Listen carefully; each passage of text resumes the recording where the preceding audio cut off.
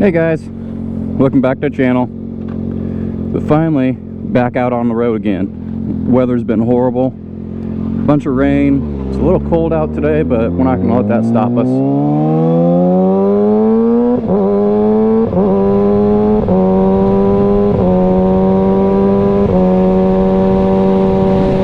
So today's topic is going to be, is the ZX6R a beginner bike?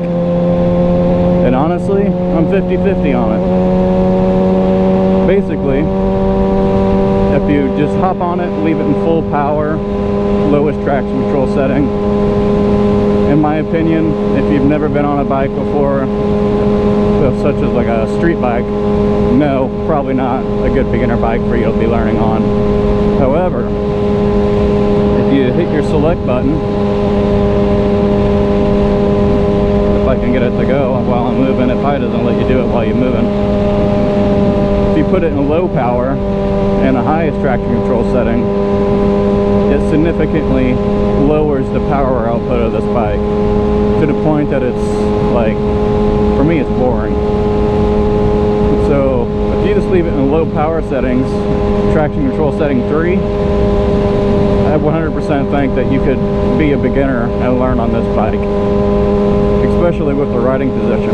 The riding position that you have on this bike is not that aggressive compared to the other sport bikes, comparable to like let's say the Yamaha R6. Very aggressive bike. Same with the ZX6Rs. Those are a bit more aggressive too, not quite as bad as the R6. And the Honda CBR 600RR, that's probably the most uncomfortable bike I have ever sat on.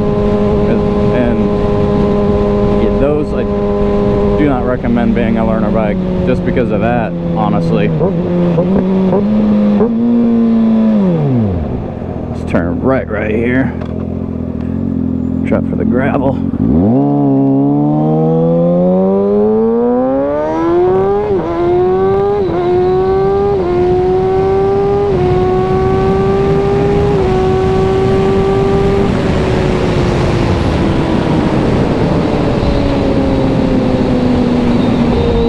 Very fun bike. Very easy daily 100 right there. My shoulder, making sure my surroundings. But yeah, leave it in low power mode, traction control setting 3, you'll be great. I wouldn't be too worried about it.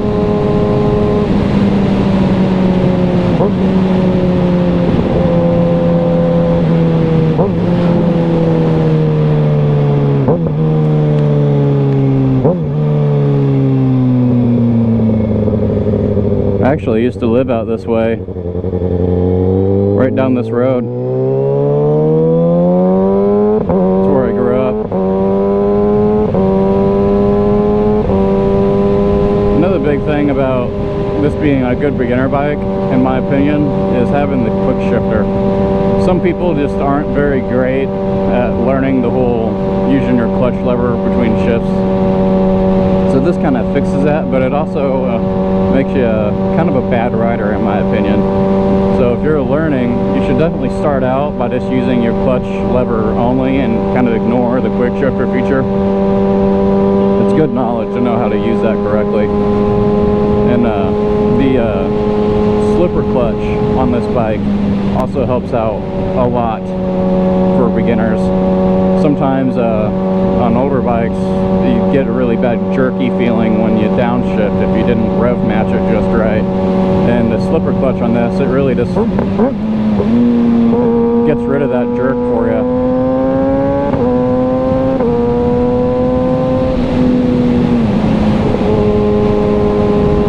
Helps out a lot.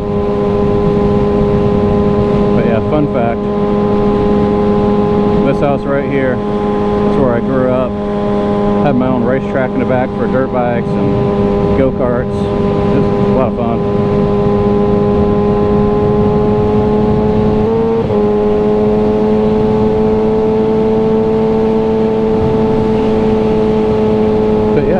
I'd definitely say this is a good beginner bike as long as you leave it in low power mode. I'll stop up here in a moment and show you guys how to do that. Probably do it at this stop sign up here. I got no one behind me, so I can really take my time and show you the controls.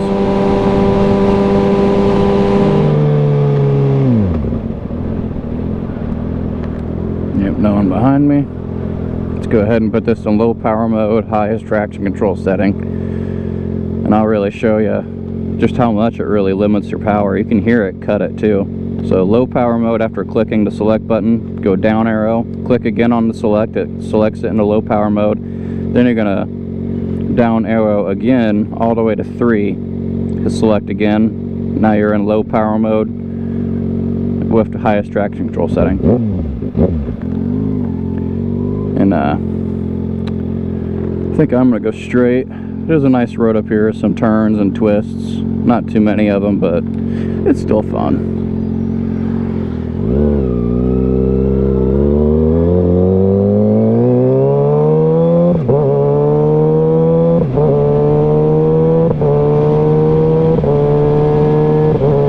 a second there, I thought that was a cop. Those dang white Fusions.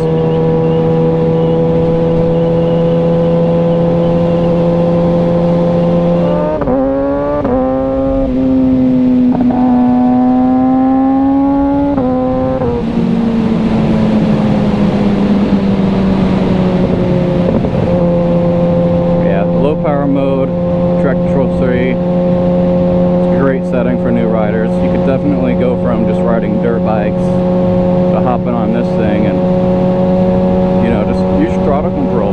Don't go crazy with it. Just really take your time. Put I'd say about 400 miles on a low power track control 3.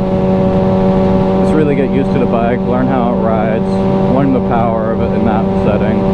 And once you're comfortable, flip it over into full power mode.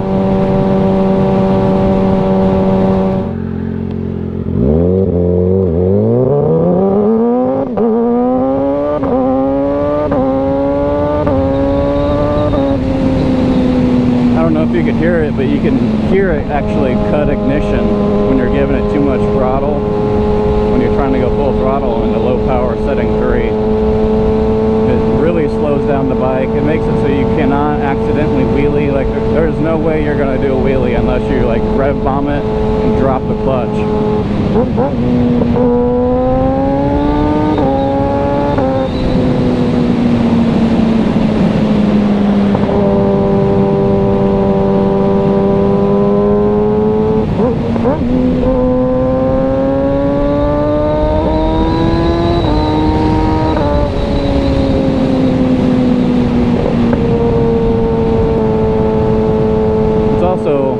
Not too aggressive of a gear ratio, so it's not insanely torquey, and that helps out a lot too with new riders. And if you ever wanted to, you could just get a speedo healer is what they call them. You can adjust your speedometer after you do a gear and sprocket change to really get some more torque out of it. But I don't recommend doing that right off the bat, you know, especially if you're a new rider.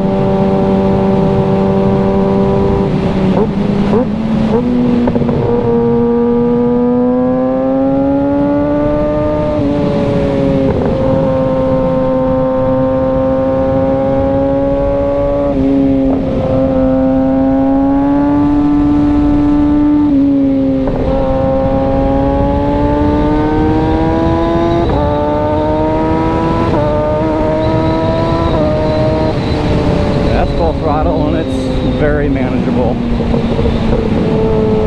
The power level, when you put it in low power mode like this and give it full throttle, I'd say it's comparable to,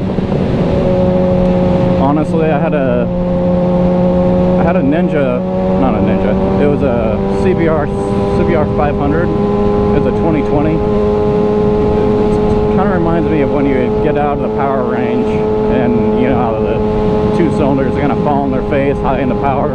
This is what this feels like on low power mode. It just kind of feels like it's falling on its face. It's not doing much, but it still has that amazing inline 4 sound, which a lot of people love.